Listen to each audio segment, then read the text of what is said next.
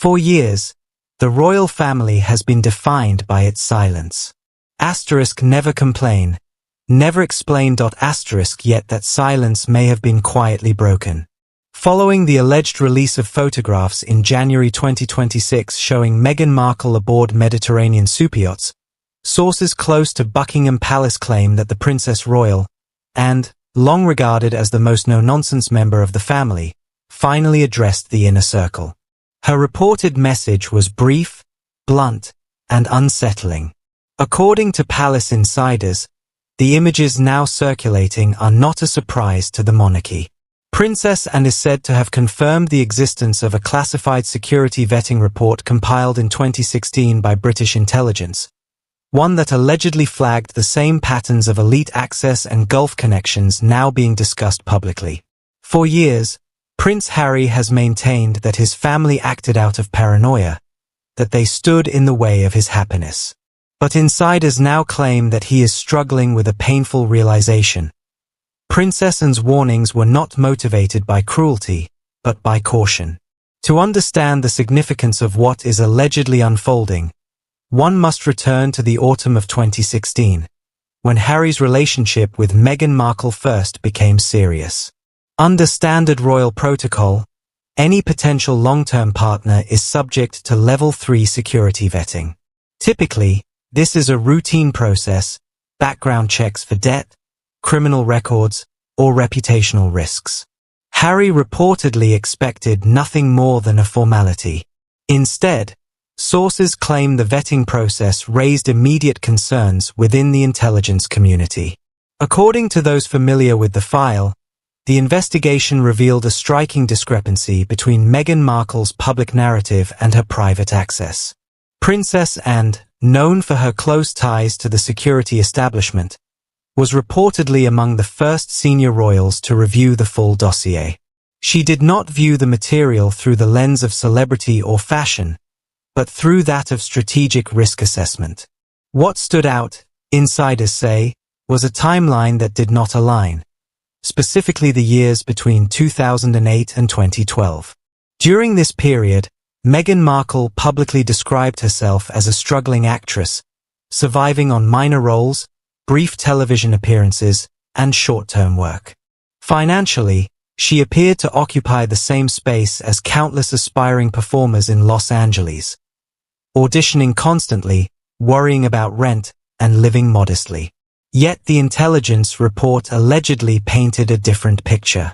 Travel records and surveillance data reportedly placed her at exclusive events aboard yachts worth tens of millions of dollars, attending private gatherings in Monaco and across the Mediterranean, settings typically inaccessible even to established A-list stars without significant personal wealth. This was the point, sources claim, where palace security stopped viewing her solely as a public figure and began viewing her as a potential vulnerability. In intelligence terms, unexplained access or unexplained affluence is considered a critical red flag. When someone without documented wealth appears in elite environments, the question is not coincidence, but sponsorship. Who paid? Who facilitated the access? And why? Princess Anne, according to insiders, focused on what she saw as impossible math. Someone, she believed, had financed the travel, arranged the introductions, and opened doors that would otherwise remain closed. The concern was not luxury itself, but leverage, specifically the risk that compromising material or unacknowledged obligations could exist. The palace, sources say, feared the possibility that a future royal marriage could introduce unseen foreign influence or pressure.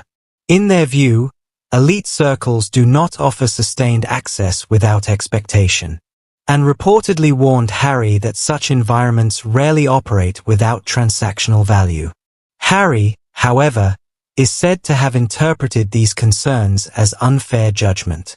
Where others saw risk, he saw persecution. Where the palace saw warning signs, he saw a woman being unfairly scrutinized. According to insiders, Princess Anne did not need foresight to anticipate potential fallout, only basic financial analysis. While Harry focused on love and loyalty, Palace officials reportedly focused on timelines, income statements, and access patterns that did not reconcile. The years under scrutiny, 2008 to 2012, remain central to the concerns allegedly raised in that 2016 dossier. During that time, Meghan Markle was not yet a series lead, not a major box office name, and not financially positioned for private aviation or superyacht hospitality. And yet, newly surfaced images and past intelligence assessments are said to depict precisely that level of access. Whether these allegations are accurate remains a matter of dispute. But according to palace sources, they explain why Princess Anne's warnings were delivered with such urgency, and why, years later, their meaning may now be sinking in.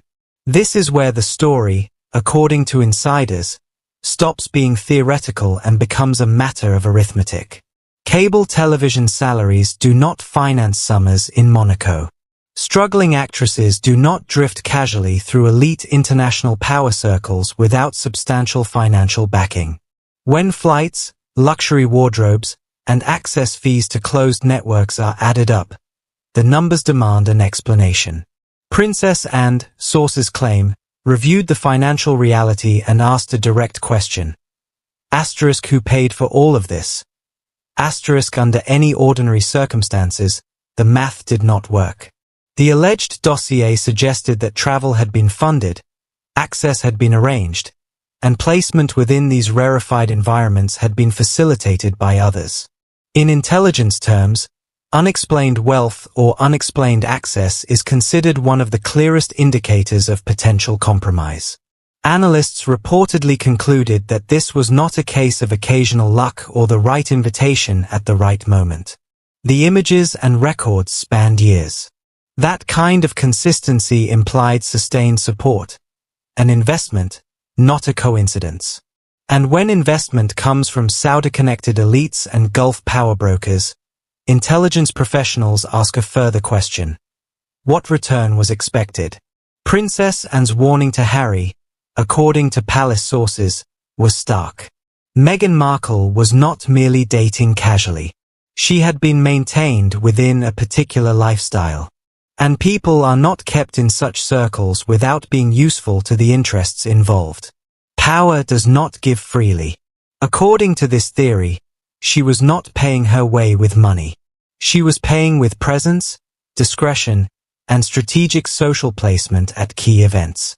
To Harry, she appeared as a self-made woman who had overcome obstacles. To palace security officials, she appeared as someone entering the royal family carrying an invisible but significant debt, one owed to foreign interests.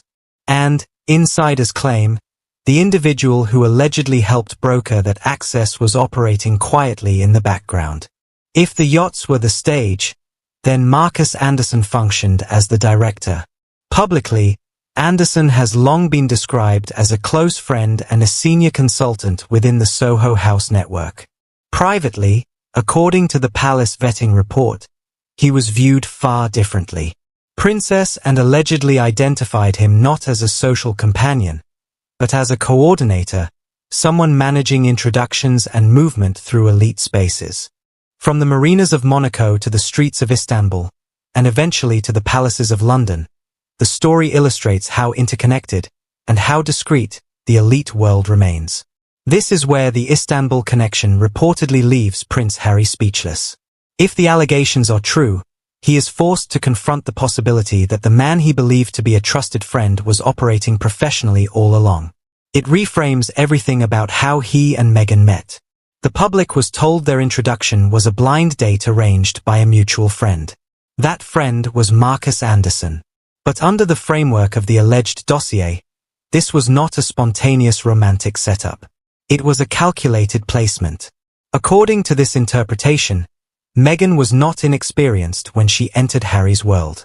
She had spent years navigating hierarchical environments, reading rooms, cultivating relationships, and maintaining discretion. The qualities Harry found captivating, intense listening, emotional attunement, making him feel singularly understood, were not accidental traits. They were skills honed over years in elite power spaces.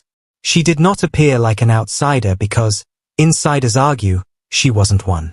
Princess and reportedly warned Harry that this was a trap being sprung. She identified Marcus Anderson as the bridge between yacht networks and the royal introduction. Bringing someone with deep transactional ties into the monarchy, she allegedly warned, was a ticking time bomb. And the evidence, she believed, was not merely theoretical. It was tangible. It was valuable. And it had been worn publicly. Skeptics might dismiss yacht stories as rumor and gossip. But according to palace sources, Princess Anne pointed to one specific item in the dossier that transformed speculation into physical proof: the choppered diamond earrings. Officially valued at approximately £500,000, the chandelier earrings were described publicly as a wedding gift. But scrutiny of the donor changed everything. They were not from a family friend, a Hollywood producer, or even the Queen. They were from Saudi Crown Prince Mohammed bin Salman. The intelligence logic, according to sources, was brutally simple. Why would one of the most powerful men in the world send an extraordinarily valuable personal gift to an American cable television actress he had supposedly never met? In Gulf elite culture, such gifts are not given casually. They are reserved for individuals who are known, vetted, and trusted. Intelligence analysts have long suggested that gifts of this magnitude often function as final settlements, a form of severance acknowledging years of discretion and service when a recipient moves on to a permanent, high-profile marriage. The earrings, according to this theory, represented the return on years of investment. This interpretation explains the reported alarm within Buckingham Palace in 2018, when Meghan wore the earrings to a state dinner in Fiji shortly after the murder of journalist Jamal Khashoggi, a killing the CIA concluded was ordered by MBS. Palace aides reportedly urged her not to wear them, understanding the catastrophic optics. But Princess Anne, insiders claim, understood something deeper. Wearing the earrings was not merely a fashion choice. It was a signal. It indicated that the Saudi connection was not merely historical. It was active. To Harry, Meghan reportedly said the earrings were simply borrowed. To Anne, who had read the dossier years earlier, it was an unmistakable act of defiance, a public acknowledgement of past allegiance while standing beside a British prince. Today, insiders say, those earrings represent the link between the struggling actress of 2012 and the Duchess of 2018. They suggest the network did not disappear when Meghan entered royal life. It followed her into the palace. And as Harry is said to confront the implications of that dossier now, realizing that his aunt tried to warn him, the emotional weight is reportedly devastating. He defended someone who, in Anne's view, wore the evidence of her past openly, in plain sight. In ancient Greek tragedy, there is a concept known as **** anagnorisis ****, the precise moment of recognition, when a character finally perceives the terrible truth about their own life, the truth that has been hidden in plain sight. It is the instant when illusion collapses and self-knowledge arrives too late to undo the damage. According to reports, Prince Harry may be experiencing that moment now. Isolated in the quiet vastness of his Montecito home, he is said to be left speechless, overwhelmed, and in tears. But these are not the tears of embarrassment or jealousy over old photographs. They are not the reaction of a husband offended by images of his wife on a yacht. They are the tears of a man confronting the realization that the very document Princess Anne allegedly warned him about in 2016, the so-called Saudi Dossier, may have been the blueprint for his entire adult life. To understand the depth of this reckoning, one must understand the psychology Harry has carried for more than a decade. For years, he organized his identity around what psychologists often describe as a *** hero complex ***. He believed Meghan was a victim, a naive, mixed-race American actress thrust unprepared into the brutality of the British press and the rigidity of royal life. He convinced himself it was his moral duty to protect her, to save her. In service of that belief, he gave up what mattered most to him. He relinquished military honors he deeply cherished. He walked away from his role within the monarchy. He severed ties with his family. He cast himself as the knight sacrificing everything to rescue the woman he loved. But according to palace insiders, the confirmation allegedly offered by Princess Anne shatters that narrative entirely. The photographs of Meghan moving comfortably among Gulf elites, lounging on yachts, navigating rarefied social spaces, suggest she did not need saving. She was never the unworldly outsider Harry believed her to be. While he worried about whether she could master palace protocol, the evidence implies she had already spent years operating within hierarchies far more transactional, unforgiving, and complex than Buckingham Palace. If she could navigate the inner circles of powerful Saudi-connected elites, dealing with the Queen would not have been an ordeal. It would have been routine. Harry is now reportedly forced to confront a devastating possibility, that the Navit he believed in was not real at all, but a performance, and that he was the only one who never realized he was watching a carefully rehearsed role. This realization casts his memories of Princess and in a new and agonizing light. He recalls their meeting at Gatcombe Park. He remembers her warnings about strategic social placement, foreign influence, and security risks. At the time, he dismissed her concerns as prejudice, jealousy, or cruelty. He portrayed her, and the rest of his family, as cold and unfeeling in his memoir, framing them as villains standing in the way of love. But now, faced with what insiders describe as undeniable physical evidence, he must swallow the most bitter truth of all, and was right. She was not trying to sabotage his happiness. She was not acting out of malice. She was attempting to